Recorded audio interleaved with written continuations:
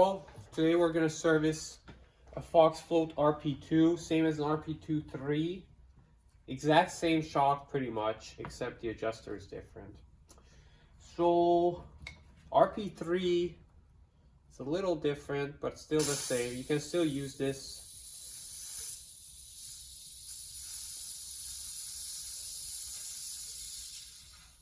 So basically, if you have a shock from Fox that's pre-2012, just use this video and it'll be close enough. A lot of the times these shocks fail. They start leaking oil through the adjusters here. Other times they leak internally into the air can. Other times it's just a regular old, the oil breaks down from usage. So we're ripping the air can off here. Boom.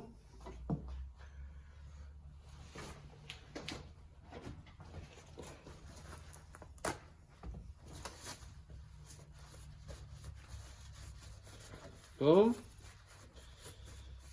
Wipe her out. So next, your IFP inflation port. So there's this tamper-proofing ball here. I like to drill it out.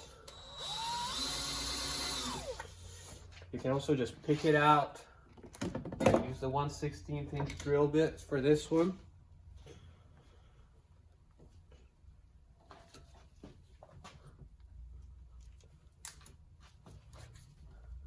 Okay, that's it. 4mm Allen key. Loosen this. And you should hear air come out of it. If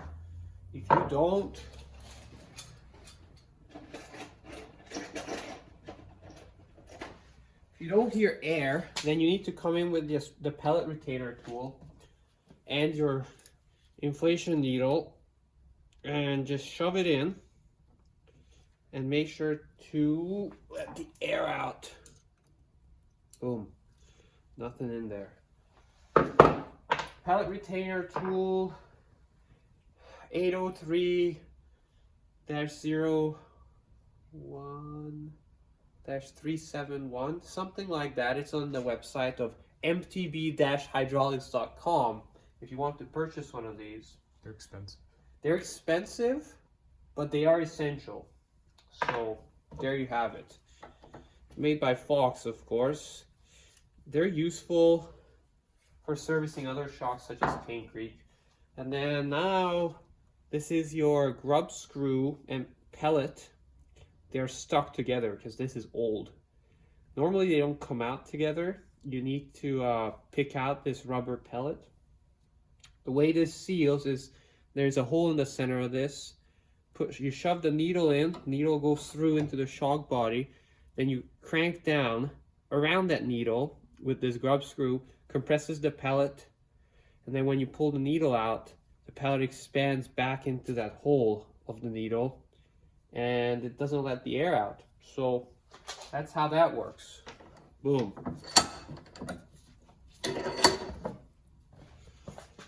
So removing this, there is a purge port over here with this grub screw.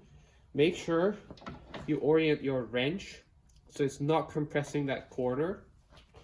So now, my wrench is compressing these two corners.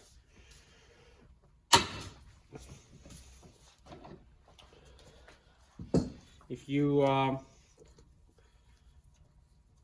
put force on this edge of the bearing assembly with the wrench, it'll deform it and the screw's not gonna come out. That's your oil, aerated.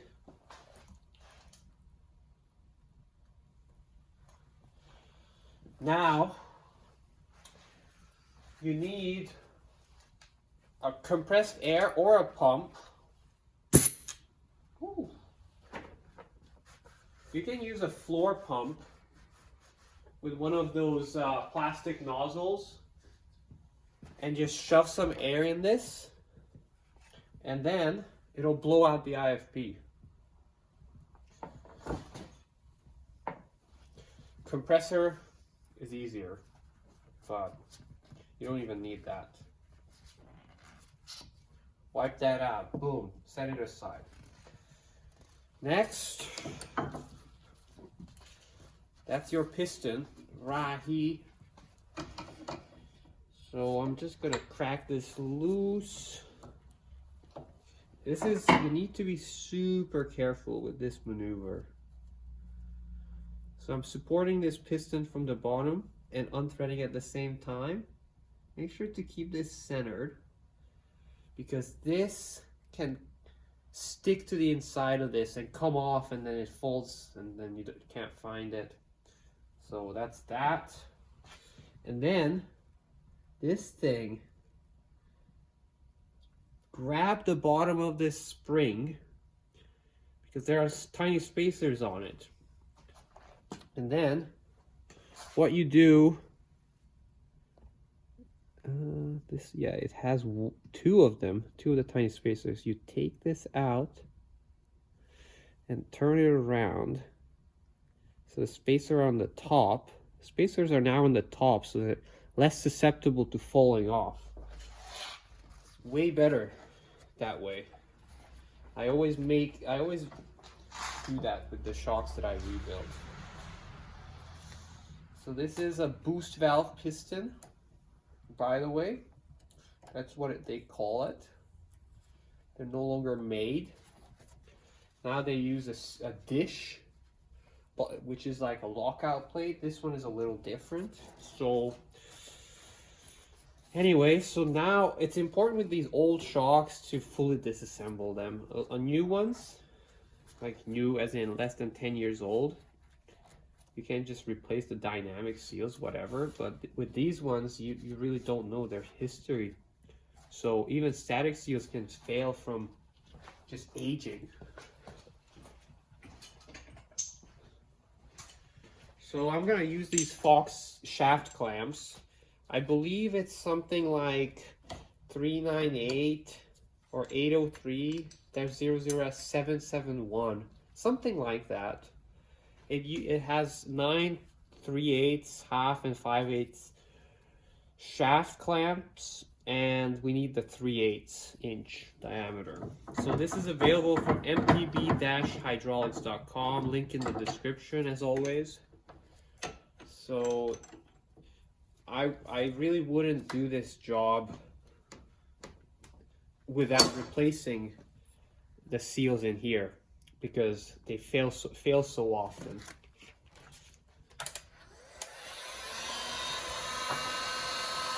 Using a heat gun to soften the thread lock.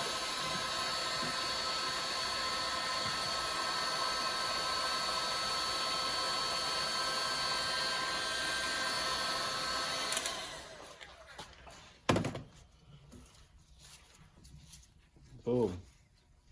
Off she comes.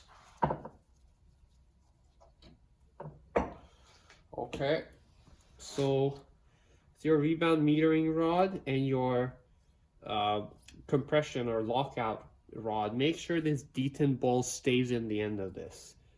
The other end is hollow. So that's it.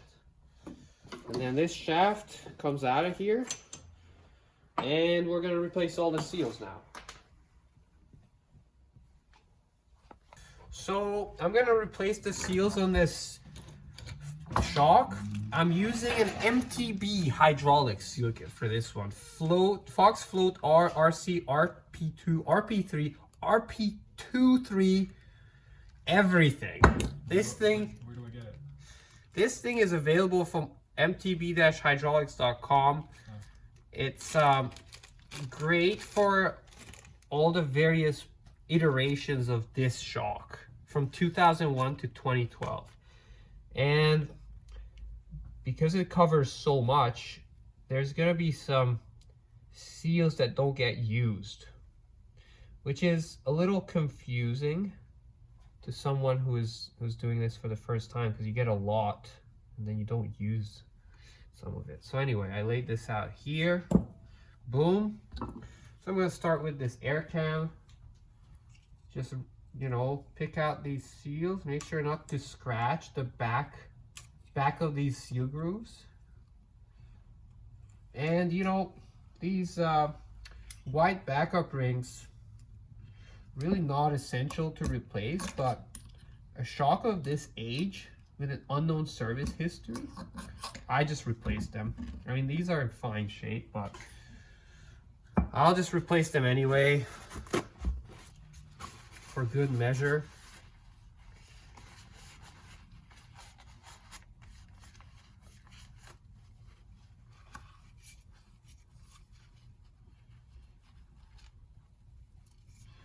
Wiping out these seal grooves.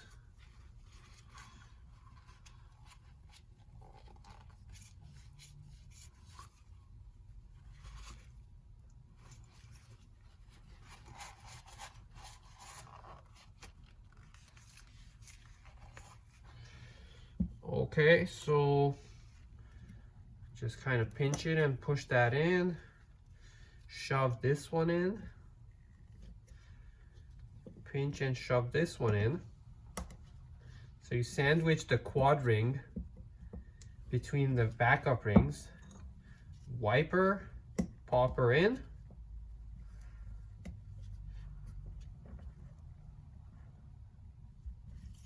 Make sure it sits in the groove. Boom. The other thing with these shocks, little known fact. Well, it's a good idea to remove the valve core and remove the valve stem. Because every once in a while, if you have, so this uses an Imperial Allen key, 3/16 of an inch. So you can put the Allen key in there, crack this open or loose. Ooh. And it's a good idea to replace the seal on this, because every once in a while you find you come across a shock with a mysterious air leak and you don't know what it is, and it turns out to be this. So I just should have cleaned this off beforehand, but I'm cleaning this off facing down so nothing falls inside the cavity. So that's good.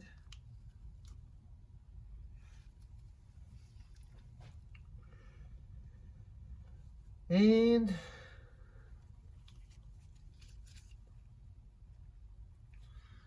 I'm just gonna wipe this off.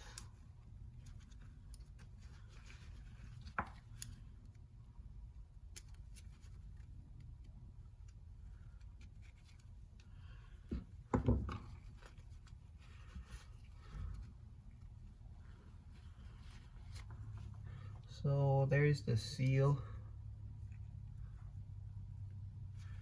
Boom. Get it on here, just like that. Looks great. Looks amazing. So now it's nice and clean, and she ain't gonna leak from here.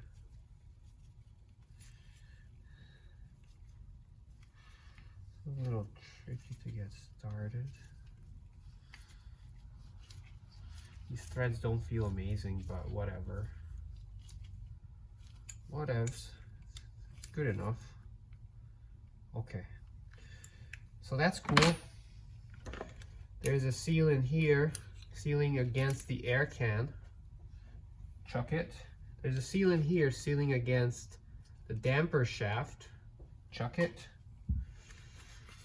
Okay.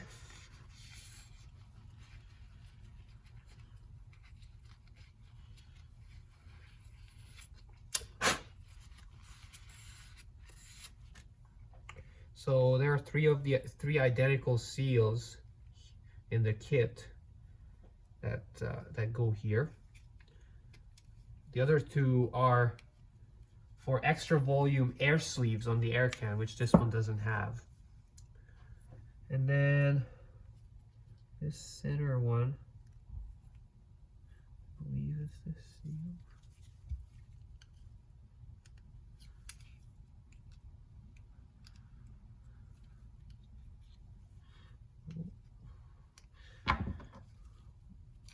can use something dull like the end of an Allen key to push seals in. Just make sure it's something you can't possibly stab the seals with.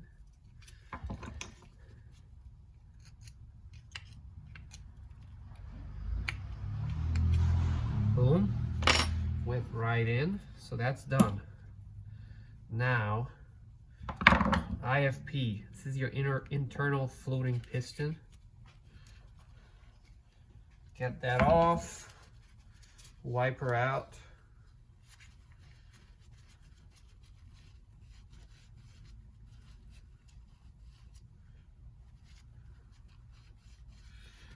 And use this one. Older IFPs use this thinner one from pre-2004. Next, this is your purge port on the bearing assembly. Remove it. Set screw, ball bearing underneath. Actually, I'm gonna put this back, this valve core, before I forget. Just shove it in, just like that. Boom. Then this IFP can pop in place now. Boom. And then this bearing assembly continuing. These backup rings look fine. I'm going to replace them anyway.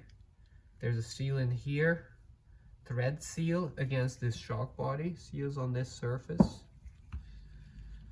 And then this is the most important seal of this part of the shock, which is the shaft seal. This fails a lot. This is the second most common seal to fail in this shock.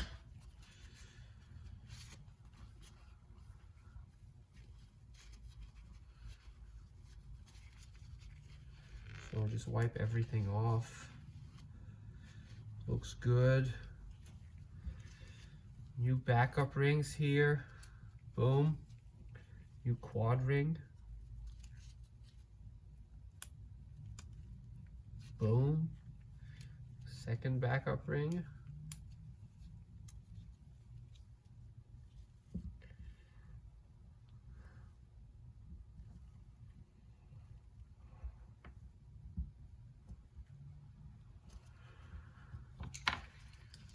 Okay, make sure this pops in place.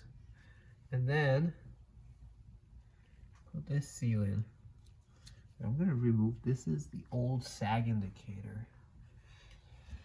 The sag indicator and this seal are the same size, so don't worry about mixing it up with this one. So that's cool. Now, moving on to this shaft, there's a seal on the inside of this. You'll need to find picks. Available from mtb-hydraulics.com, of course. One-stop shop for all your suspension needs. So this seal over here is going to pop in there.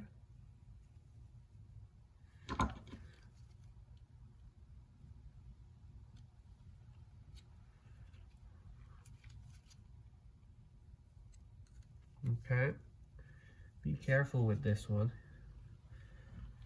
And then the most important seal in the entire job, in this tiny hole, there's an even tinier seal, and often it comes out in pieces.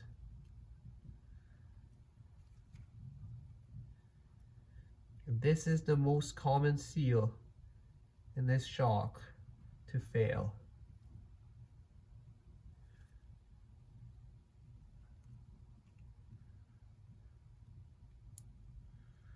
Boom.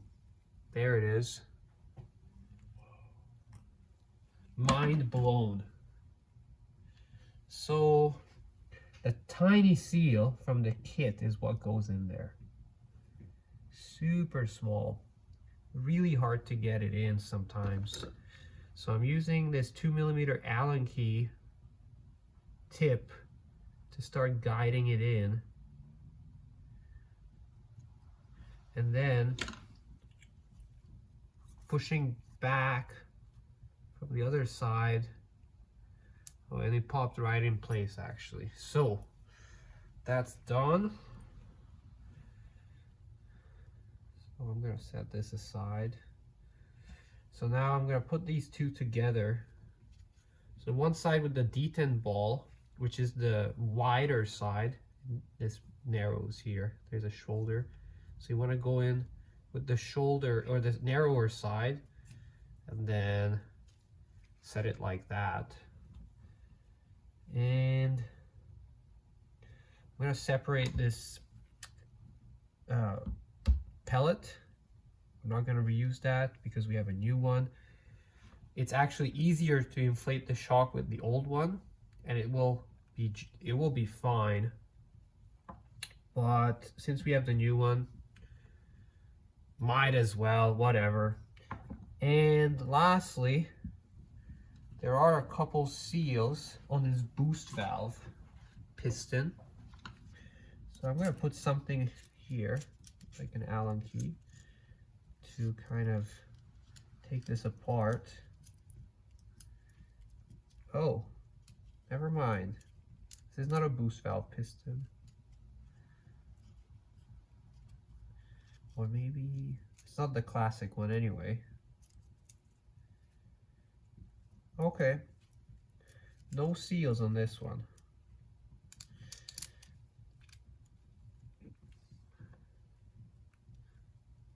Okay, so that was easy. And I don't see any discolored shims. That's usually what happens to these. So I'm just gonna reassemble that. No worries. And yeah, that's it. Okay, so now we're assembling this shock. First, I'm gonna shove this shaft into the bigger shaft. Oh, watch out! Make sure this sticks out, and then wiggle this in there. Okay, nice.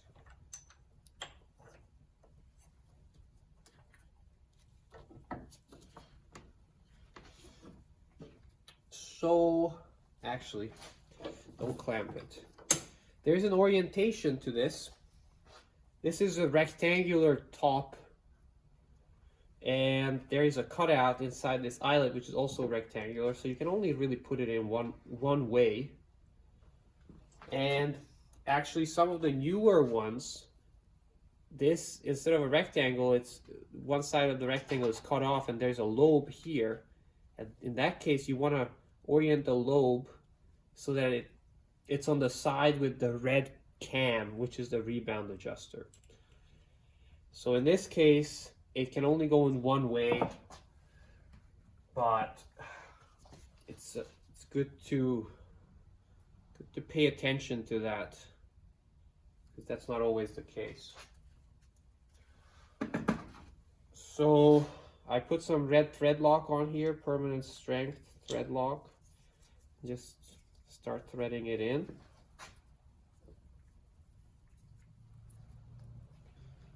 Boom.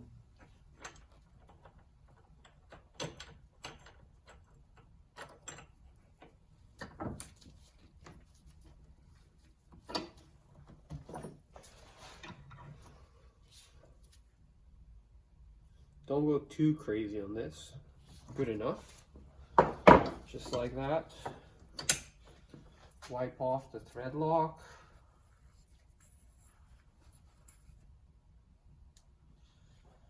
And this is your bottom out bumper support, and then there's this thick seal that came with the seal kit.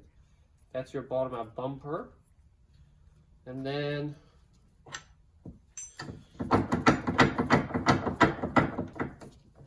the bearing assembly goes back.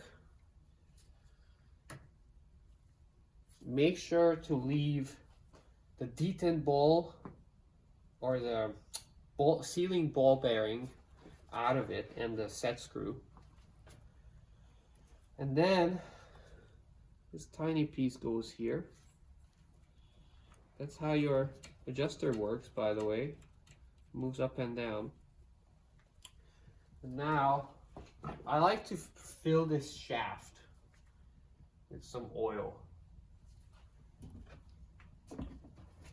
because that's part of the bleeding process. This shock is assembly bled, so there isn't really a separate bleeding procedure. It's bled as you assemble it. So I always put this up.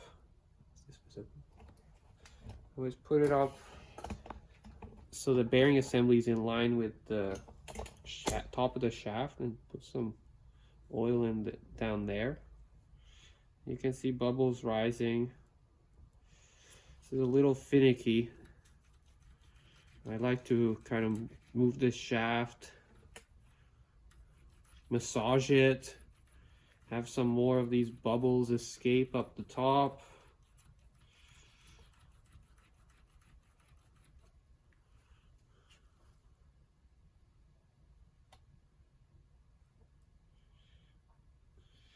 If you're really ambitious, just fill it up and let it sit for 5 minutes.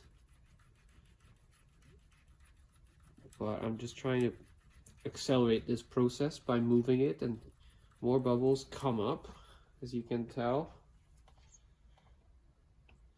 I'm just overfilling it to displace those bubbles.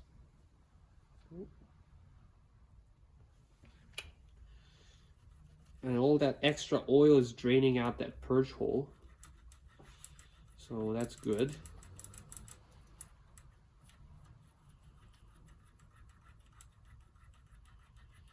A lot of bubbles are coming out.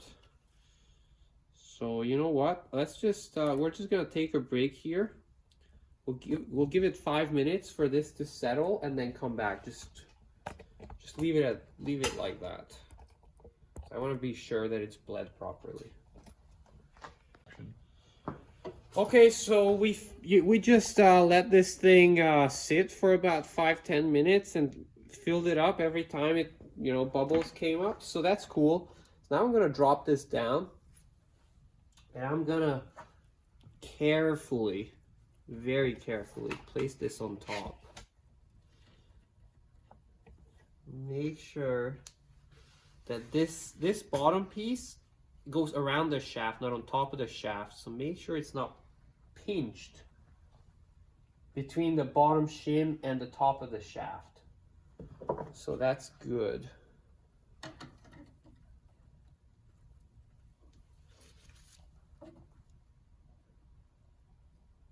Don't break this bolt. Okay. So now you can feel some resistance to this lever operating. Okay. And I'm gonna plug the purge port with one finger. Actually, just gonna pump some oil. Pump some oil into this center hole. It's gonna purge the piston, the various little ports on the piston. So I'm just pushing down on this, and then cover that purge port. Wipe off these tiny bubbles as much as possible. Hold on to this, the shock body in here.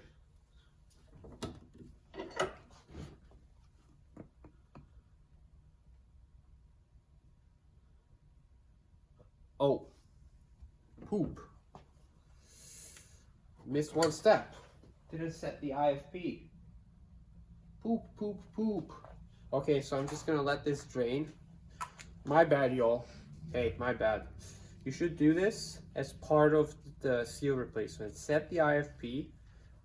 Either use the OEM spec, or what I do is I just slowly compress the shock and move it so that the IFP is at the bottomed out position, and then carefully pull it back, super carefully, so it doesn't create vacuum. Oh. Let's see if it worked.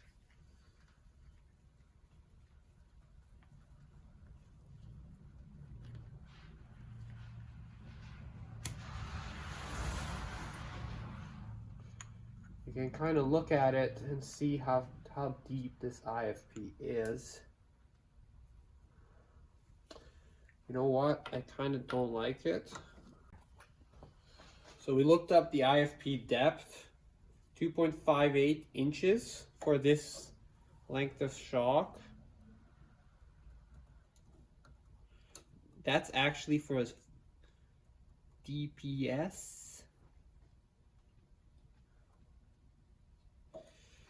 As opposed to an RP2, but it's going to be close enough. There is an easy way to check. That looks too big, but we'll figure it out. There's an easy way to check if this IFP is IFP depth is acceptable. So I will do that in shortly. So I'm just refilling these. It's already been purged out, so you know, surface tension is holding this oil in place. So I'm just filling up all that bulk, large areas. So now you see oil coming out of here. It's purging out.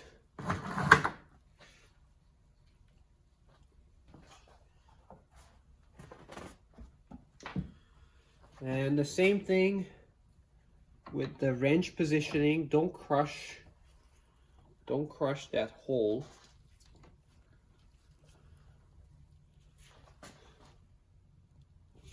If you were careful enough, at this point there's no air coming out. It's all oil. So drop in this little ball. It's the sealing ball. And then a 2mm Allen key, or the imperial equivalent, 3/64 or something. Don't even know. So just get this started.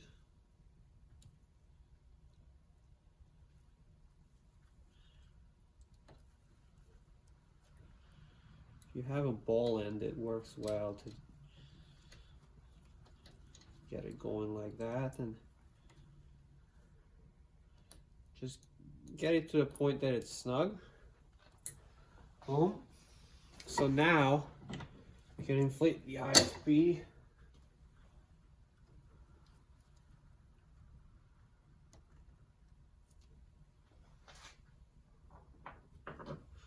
Make sure this pellet is sitting flat.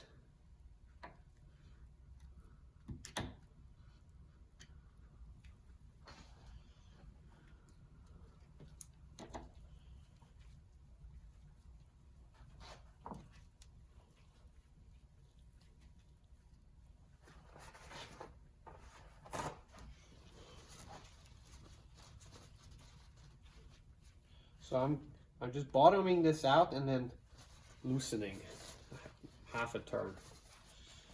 So now that seats this pellet, make sure it's nice and stable, and then just easing off the tension.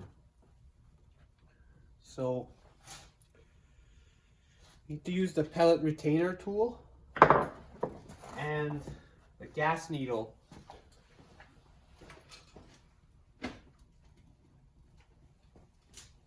So this shock,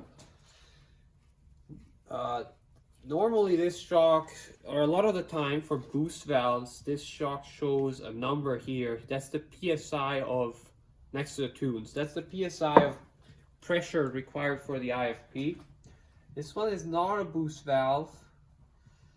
I don't actually, this is way before my time. I was about 5 years old when, maybe I was like, no, maybe 10 years old when this shock came out, so I'm not intimately familiar with it.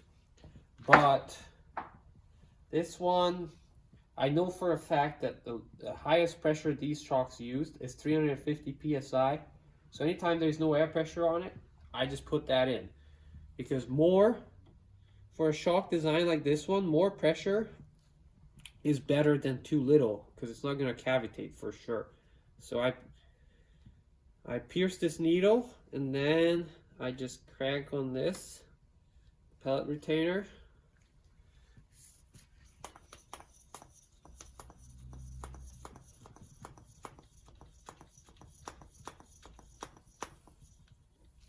Oh.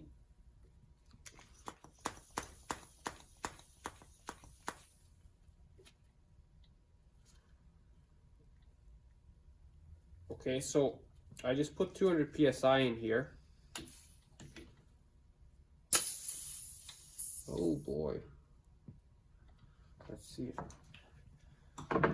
if anything stayed in. Nope. Okay. That pellet wasn't seated right.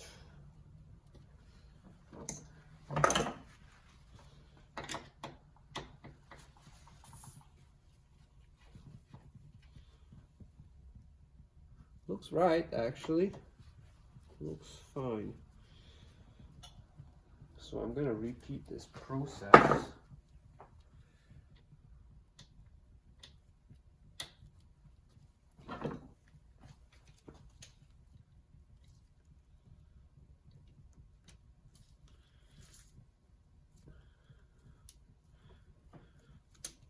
And this pellet retainer is absolutely essential, not only for tightening that down the pellet, but also for centering the needle. Because often you go in, you're off center, and then you can't fully pierce.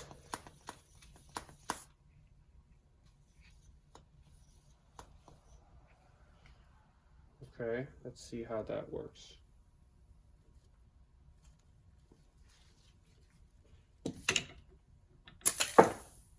Okay.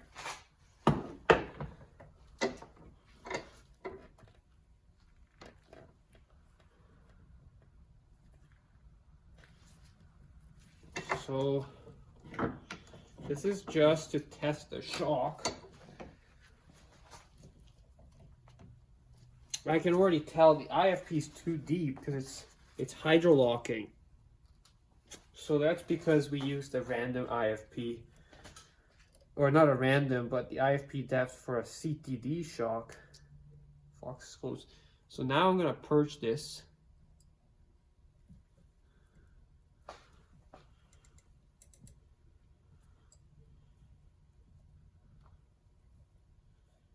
Let some oil come out. It's really slow, actually, because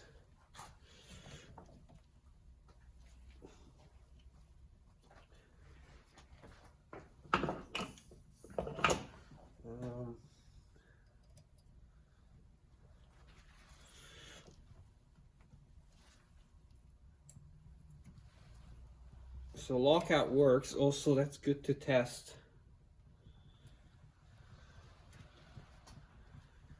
So cycle it a few times, and then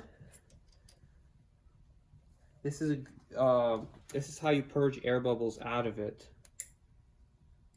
And now I'm just letting some.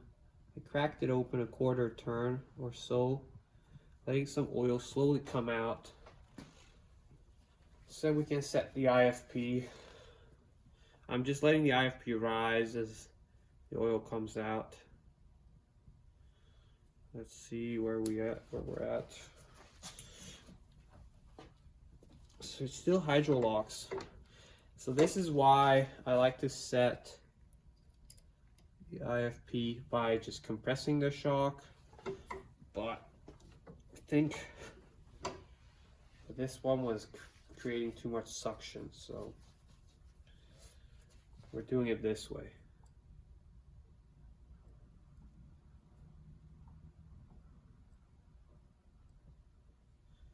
You don't want to do this too quickly because you'll let too much oil out.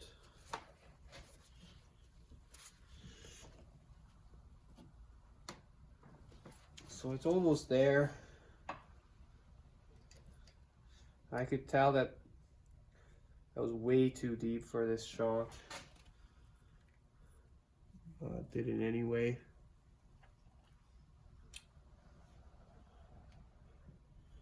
Wonder if I even looked it up correctly. I think I did. Oh well. But I think I have IFP specs for this shock, but it's somewhere. I would need to dig them out. So this is still faster.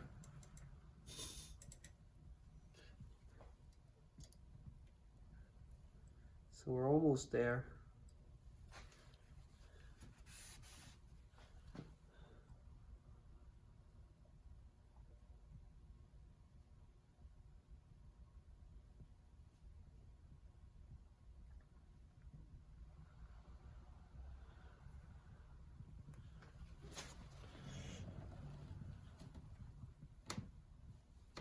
So now I can bottom out the shock nicely. I can feel it bottom out on the bumper as opposed to hydro locking. And I don't hear any air. Just gonna let a little bit more out.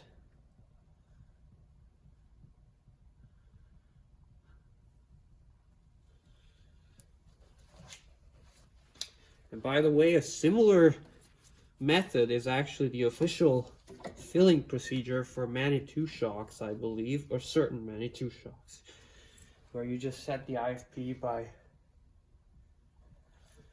you know, displacing the oil by the piston, and you don't actually know what the depth is, which is similar to what we just did. Okay, so we just grabbed a different needle contraption. So hopefully this one doesn't leak.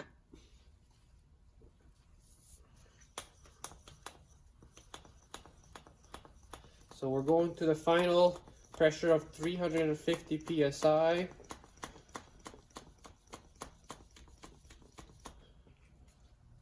Beautiful.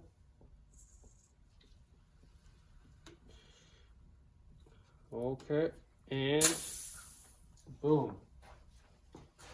Excellent.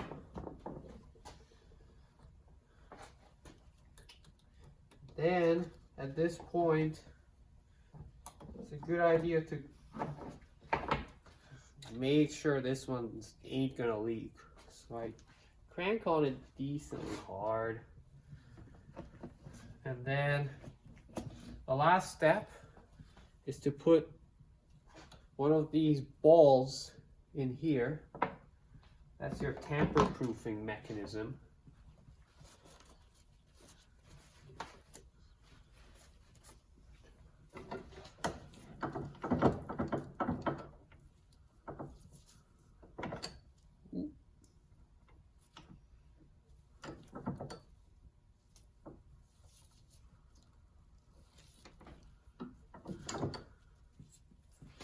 So now we need to test the rebound adjuster. So I set it all the way slowest, nice and slow. Speed it up, it speeds up. So that's cool. It's a good idea to dyno the shock at this point properly. Make sure it moves full travel. It's easiest to just put it in your bike without the air can, dyno it, make sure it can use full travel. We're gonna do it on the actual dyno. That's a first. So we just put this thing on the shock dyno, and I'm fully compressing it. Let's see the lockout. Ooh, yes, stiff. And works well. Doesn't hydro lock. And we already tested the rebound aspect. So I'm just gonna put this air can back on. Wipe this out a little bit more. And put this air can back. Then a little bit of air can lubricant from here just a tiny bit. Because your customers will complain that the shock is leaking. God bless them. God bless them. Just not all of them.